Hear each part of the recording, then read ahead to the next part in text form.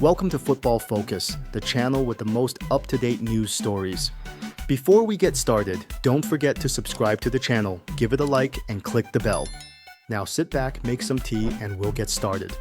David Alaba's recovery has been delayed, and at best, he won't be back in action until next year. However, even that is a very optimistic prognosis. David tore his anterior cruciate ligament in his knee last December, and it was initially said that he would be able to play at the Euros. But now Alaba is considering ending his career. As reported by radio station Onda Cero, Alaba has a degenerative change in the cartilage in his knee, which has significantly reduced in size. Because of this, the bones in the Austrian's knee are located too close to each other, and any physical activity is accompanied by pain. Therefore, David cannot train even now, a year after the injury.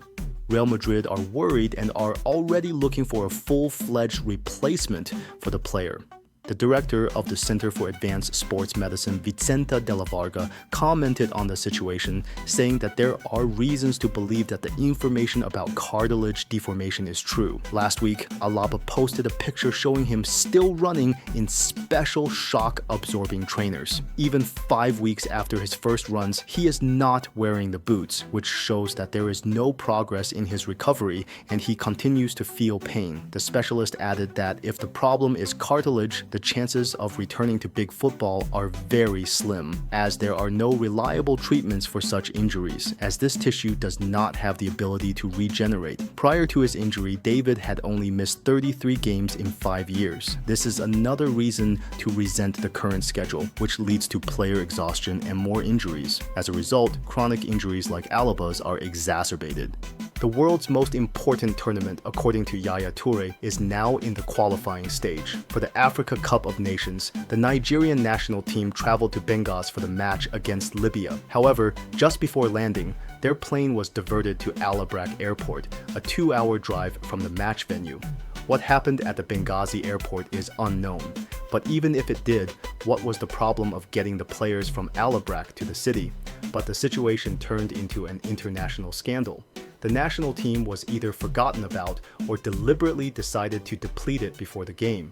The players were actually stuck at the airport without food and water. Bayern's Victor Boniface asked fans to contact his grandmother as he was worried she would be worried. Nigeria's captain William Trost Ekong shared photos of his teammates and said of the incident, "They locked the airport doors and left us without phone service, food and water. All this to have mind games." The team had to spend about 16 hours in such conditions. Only then were they sent a bus. "We will not go to Benghazi by car. It's not safe, even with security. We can only imagine what the hotel and food would have been like if we had traveled there," Ekong added. In the end, the Nigerian national team just went home, and they had to pressurize the Libyan authorities through social media to achieve this. The African Confederation of Football has issued a statement on the situation. The matter has been referred to the CAF Disciplinary Board for investigation, and action will be taken against those who violated the statutes. The Libyan Football Federation is facing unpleasant consequences for this incident, which seems to have been planned if the statements of the Nigerian players are to be believed.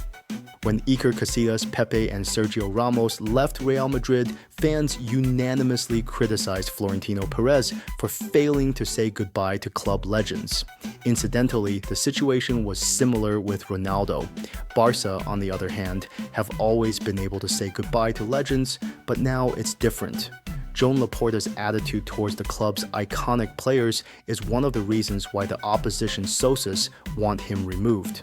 Laporta allegedly cheated Messi, assuring him to the last that his contract would be renewed, but in the end, Leo was unexpectedly left without a club. Joan also bid a rather tactless farewell to club legend Ronald Koeman. In addition, Laporta dealt extremely badly with Xavi. Firstly, he convinced the coach to stay, promising full support, and when Xavi mentioned the difficult times at the club, Laporta took it personally and sacked him. At Iniesta's farewell party, the coach and the president ignored each other altogether. According to journalist Juan Fontes, Laporta has recently permanently damaged the relationship between Barcelona and Xavi. Blue-Granites demanded that the coach and his staff return to the club issued iPads and iPhones. This is extremely atypical for normal teams because even in a difficult financial situation, Barca could afford to leave these devices with Xavi and his men.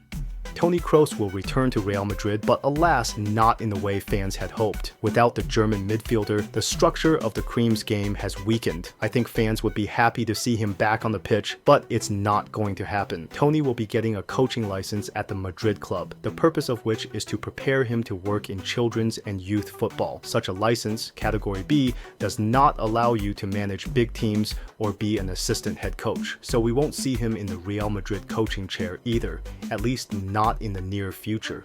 It would be interesting to see a tandem of Alonso and Kroos, where the former is the head coach and the latter is his assistant. However, Toni gets his license for other purposes. He founded a children's academy and he needs the license to work with young talent. Speaking about Kroos's coaching career in big football, he once mentioned that he is tired of constant flights and living in hotels. He wants peace of mind, which he doesn't have in big sport, so I doubt we will see him in the coach's chair anytime soon. However, there is another argument. Imagine working in one place for 10 years and having a lot of nice experiences.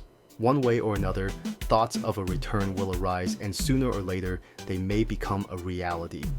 If the federation heeds the words of President Lula da Silva, there will be no more Vinicius or Neymar in the Brazilian national team.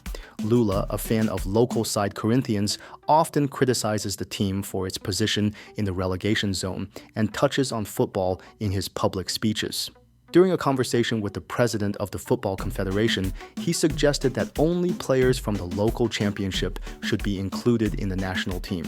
Thus, in his opinion, stars such as Vinicius, Neymar, Rafinha, Militao, and others should not be invited. I understood it this way. European Brazilians do not put out as much and think more about their club game, while the locals are ready to lay their heads for the national team. The argument is not without merit.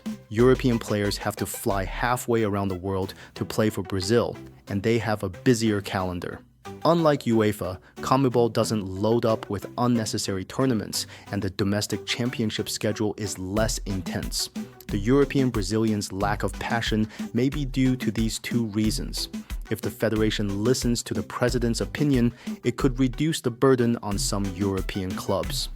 Thomas Tuchel is the first candidate for the post of England coach. German coach Thomas Tuchel, formerly in charge of Bayern, is the main candidate for the post of coach of the England national team. This is reported by Sky Sport Germany. According to the source, the Football Association of England, FA, in recent days accelerated the search for a new coach of the national team, and Tuchel is considered the first candidate, although many details of his contract still need to be clarified. It is also noted that neither the FA nor Tuchel's representatives have yet to contact Bayern, who still have an existing contract with the specialist, which runs until the summer of 2025. At the moment, the interim head coach of the England national team is Lee Carsley. That's all for today. Share your impressions in the comments. Don't forget to give us a like, subscribe to our channel, and press the bell to not miss new episodes. Thanks for being with us, and see you soon.